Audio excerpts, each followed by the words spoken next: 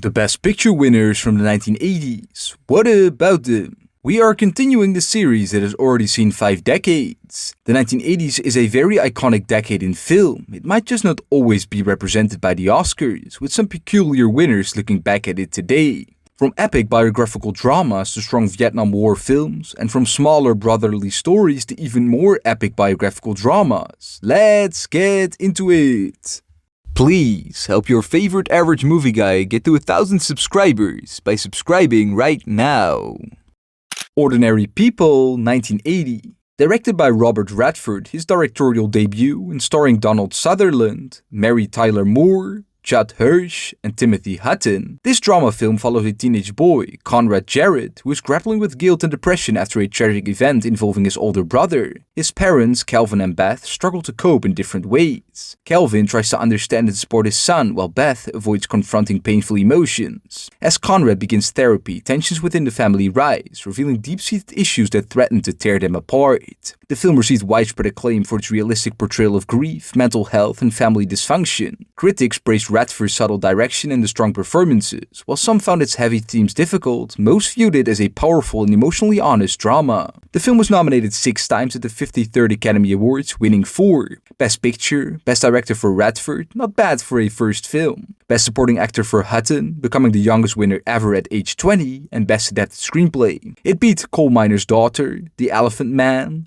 Tess, and Raging Bull, Scorsese's intense biographical drama about boxer Jake LaMotta. Praise for Robert De Niro's performance and its raw storytelling. While The Empire Strikes Back, the beloved Star Wars sequel, often considered one of the greatest sequels of all time, and The Shining, Stanley Kubrick's psychological horror masterpiece featuring Jack Nicholson's iconic performance, weren't even nominated.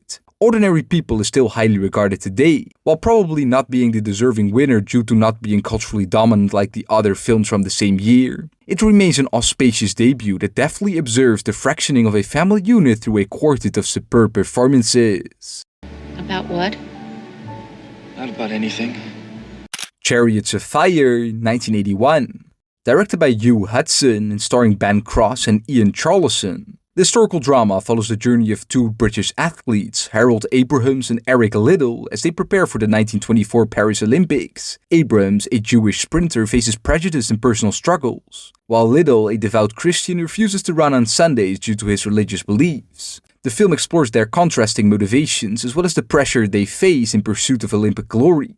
It highlights the sacrifices and challenges faced by these athletes as they strive to achieve their dreams. The film received widespread praise for its inspiring story, strong performances, and memorable music by Vangelis. Critics admired its emotional depth and exploration of themes like perseverance, faith, and prejudice. Though some found its pacing slow, the film was a success. The film was nominated 7 times at the 54th Academy Awards, winning 4. Best Picture, Best Original Screenplay, Best Costume Design, and Best Original Score. It beat Atlantic City, On Golden Pond, Rats, and Raiders of the Lost Ark. Steven Spielberg's action-adventure classic introducing the world to Indiana Jones, hailed for its thrilling adventure and iconic action scenes. Chariots of Fire is still regarded as an inspiring classic, praised for its performances and themes of perseverance and faith. While it might not be the best of the year, it remains respected for its emotional depth, historical significance, and impact as one of the best sports films ever made. The look of delight in those little boys' faces are worth 10 of any of the tin pots I've got gathering dust in my Edinburgh sideboard. Gandhi, 1982. Directed by Richard Attenborough and starring Ben Kingsley, Candice Bergen, Edward Fox, John Gielgud, Trevor Howard, John Mills, and Martin Sheen. The biographical drama chronicles the life of Mahatma Gandhi, focusing on his journey from a young lawyer in South Africa to the leader of the Indian independence movement. The film depicts his non-violent resistance to British rule, his advocacy for civil rights, and the personal and political challenges he faced. Through his commitment to peace and justice, Gandhi inspired millions, but also encounters profound sacrifices and struggles. The film captures pivotal moments in both his personal life and his leadership of India's fight for freedom. The film received widespread acclaim for its powerful portrayal of Gandhi's life. The film was noted for its historical accuracy, emotional depth, and respectful treatment of Gandhi's philosophy of non-violence. While some criticized its pacing, it was a box office success. The film was nominated 11 times at the 55th Academy Awards, winning a massive 8. Picture, director for Attenborough, actor for Kingsley, original screenplay, art direction, cinematography, costume design, and film editing. It beat Missing, Tootsie, The Verdict, and E.T. the Extraterrestrial. Steven Spielberg's beloved sci-fi classic, praised for its heartwarming story, groundbreaking special effects, and emotional depth. While Blade Runner, Ridley Scott's dystopian sci-fi masterpiece, revered for its stunning visuals and Harrison Ford's iconic performance as Rick Deckard. And The Thing, John Carpenter's tense and chilling horror film noted for its groundbreaking special effects and atmosphere, weren't even nominated. Gandhi remains highly regarded today for its respectful, historically accurate portrayal. While its pacing may still feel slow to some modern viewers, it continues to be celebrated. The film's legacy endures as an important cultural and cinematic achievement. Non-violent, non-cooperation. Terms of Endearment, 1983. Directed by James L. Brooks and starring Deborah Winger, Shirley MacLaine, Jack Nicholson, Danny DeVito, Jeff Daniels, and John Lithgow. This heartfelt drama follows the evolving relationship between a strong-willed mother, Aurora Greenway, and her independent daughter, Emma.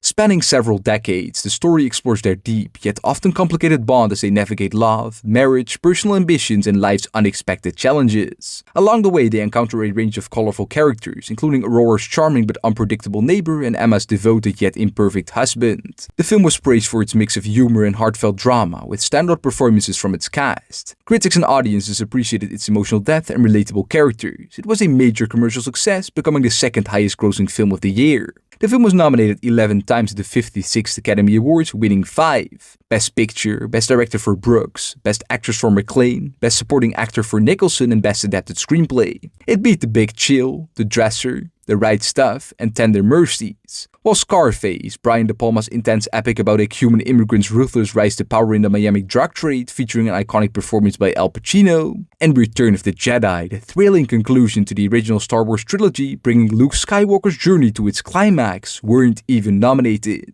Terms of Endearment remains a highly regarded classic today, seen as a tearjerker which isn't shy about reaching for the heartstrings, but is so well acted and smartly scripted that it's almost impossible to resist. While some elements may feel dated and some other films might be stronger looking back at the year, its themes of love, loss, and resilience keep it relevant, making it a must-watch drama even today.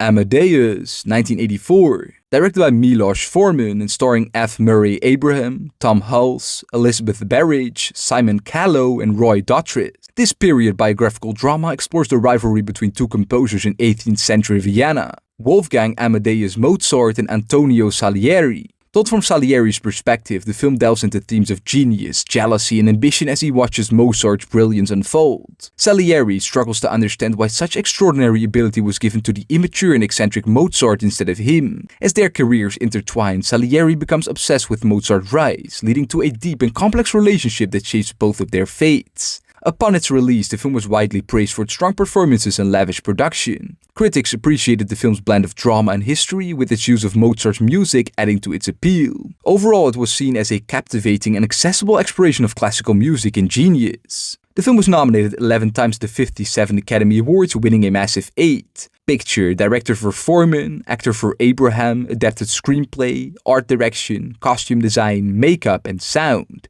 It beat The Killing Fields, A Passage to India, Places in the Heart, and A Soldier's Story. While Paris, Texas, the poetic and deeply emotional film that follows a man's journey to reconnect with his son and estranged wife. And Stop Making Sense, a concert film by the Talking Heads considered one of the greatest of all time, capturing the band's innovative live performance, weren't even nominated. Amadeus is still regarded as a cinematic achievement today. Its liberties with history may rankle some, but it yields a divinely diabolical myth of genius and mediocrity, buoyed by inspired casting and Mozart's rapturous music, a pretty deserving winner if you ask me. It is miraculous. Out of Africa, 1985. Directed by Sidney Pollack and starring Robert Redford, Meryl Streep, and Klaus Maria Brandauer. The film tells the story of Karen Blixen, a Danish woman who moves to Kenya in the early 20th century to start a coffee plantation. She forms an unexpected bond with the land and its people while navigating the challenges of her new life. As she deals with the complexities of her personal relationships, the beauty of the African landscape and its wildlife become a central part of her journey. The film explores themes of love, loss, and self-discovery set against the backdrop of colonial Africa. The film received a mix of reviews upon release, with praise for its stunning cinematography and strong performances, while some critics found the pacing slow and the portrayal of colonial Africa overly romanticized. The film was nominated 11 times at the 58 Academy Awards, winning a big 7. Picture, director for Pollock, adapted screenplay, art direction, cinematography, original score and sound. It beat The Color Purple, Kiss of the Spider-Woman, Prizzy's Honor and Witness. While Back to the Future, the iconic sci-fi adventure where Marty McFly time travels to the past. The Breakfast Club, the teen drama about 5 high school students learning about each other while spending a Saturday in detention. And Brazil, Terry Gilliam's visually inventive dystopian satire with critique of bureaucracy and corporate life weren't even nominated. It's pretty fair to say Out of Africa might not have been a deserving winner. It is generally appreciated as a beautiful and enduring romantic drama, and though lensed with stunning cinematography and featuring a pair of winning performances, it suffers from excessive length and glacial pacing. How would a wedding change things? I would have someone of my own.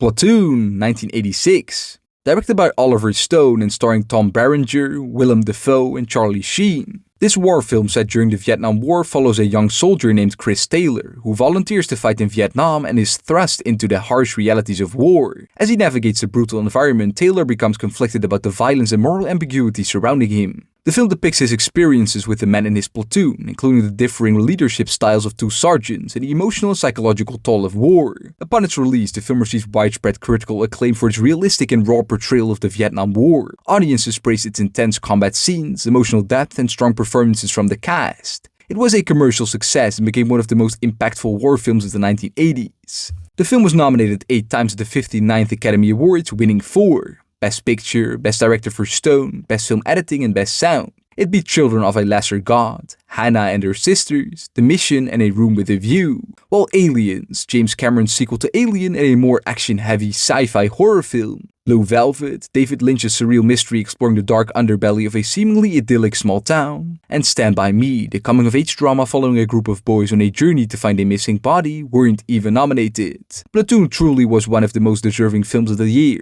It is still regarded as one of the greatest war films. It forgoes easy sermonizing in favor of a harrowing, ground-level view of war, bolstered by no-holds-barred performances. It is now often cited for its lasting impact and its honest depiction of the psychological toll of combat.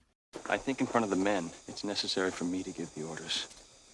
The Last Emperor, 1987. Directed by Bernardo Bertolucci and starring John Lone, Joanne Chan, and Peter O'Toole. The epic biographical drama film follows the life of Pu He, the final ruler of China's Qing dynasty. The story begins with his childhood as he is unexpectedly crowned emperor at a very young age and grows up within the walls of the Forbidden City, shielded from the changing world outside.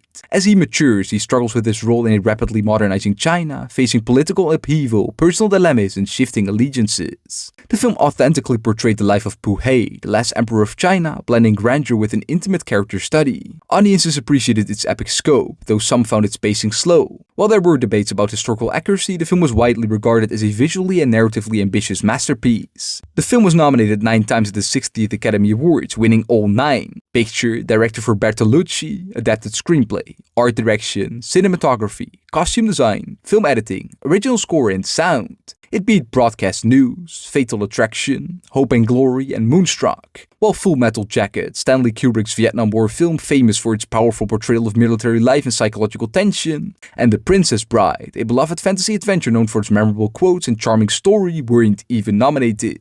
The Last Emperor might not have been the strongest film of the year, but it was close and deserving. It is still regarded as a classic in historical filmmaking. While the decadent epic never quite identifies the dramatic pulse of its protagonist, stupendous visuals and John Lone's ability to make passivity riveting still give the film a rarefied grandeur.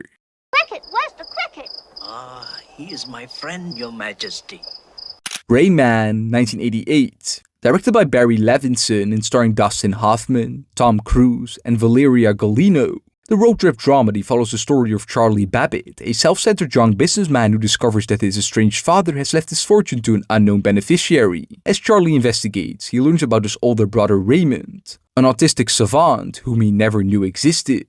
Determined to claim his share of the inheritance, Charlie takes Raymond on a cross-country journey. Along the way, their relationship evolves as Charlie begins to understand and appreciate Raymond's unique perspective on the world.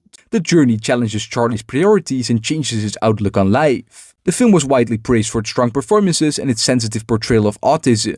It was both a critical and commercial success, becoming the highest-grossing film of the year. The film was nominated 8 times at the 61st Academy Awards, winning 4. Best Picture, Best Director for Levinson, Best Actor for Hoffman, his second, and Best Original Screenplay. It beat The Accidental Tourist, Dangerous Liaisons, Mississippi Burning, and Working Girl, while Grave of the Fireflies, one of the most powerful animated films ever made about two orphan children struggling to survive during World War II, and Cinema Paradiso, an Italian masterpiece about a boy's love for film, and his relationship with a projectionist in a small town weren't even nominated. There might be some slightly better regarded films from the same year, but today Rain Man is still regarded as a landmark film. In retrospect, it is seen as a film that not only succeeded on its own merits, but also highlighted the potential for films to address important social issues while still achieving mainstream popularity. I'm an excellent driver. Yeah, that's good. Come on, come on. Driving Miss Daisy, 1989. Directed by Bruce Beresford and starring Morgan Freeman, Jessica Tandy, and Dan Aykroyd. The film tells the story of Daisy Worthen, an elderly Jewish woman in Atlanta who, after crashing her car, is no longer able to drive. Her son, worried about her safety, hires a chauffeur, Hoke Colburn, an African-American man. Initially, Daisy is resistant to the idea, but over time an unexpected and deep friendship develops between the two. Set against a backdrop of the changing social landscape of the South, the film explores themes of race, aging, and the evolving nature of relationships. The film was well received for its heartfelt storytelling, strong performances, and its subtle exploration of themes like aging, race, and friendship. Though some found its pacing slow, the film resonated with audiences for its warmth and thoughtful handling of sensitive topics. The film was nominated 9 times at the 62nd Academy Awards, winning 4. Best Picture, making it the only film based on an off-Broadway production ever to win, as well as the most recent PG-rated film to have won. Best Actress for Tandy, who became the oldest winner in history, Best Adapted Screenplay, and Best Makeup. It beat Born on the 4th of July, Field of Dreams, Dead Poets Society, the emotional drama starring Robin Williams telling the story of an aspiring teacher who encourages his students, and My Left Foot, the biographical drama about artist Christy Brown who had cerebral palsy, featuring a stellar performance by Daniel Day-Lewis. While Do the Right Thing, Spike Lee's thought-provoking film about racial tensions in a Brooklyn neighborhood, wasn't even nominated. Many films are higher regarded today, which means you could say its win isn't entirely deserving. Driving Miss Daisy is still regarded as somewhat of a classic. While some modern critics view its portrayal of race relations as overly simplistic and fueled in part by outdated stereotypes, it takes audiences on a heartwarming journey with a pair of outstanding actors. Something wrong back there, Miss Daisy? No. And there you have it, the Best Picture winners from the 1980s. Now let me ask you, which of these films is your favorite? Do you think they deserve their Oscar, or would you have picked a different winner? Let me know in the comments below, and be sure to subscribe for more videos like these. I have been Dean, the average movie guy on your screen. Big thanks for watching. See you next time. Roll the credits.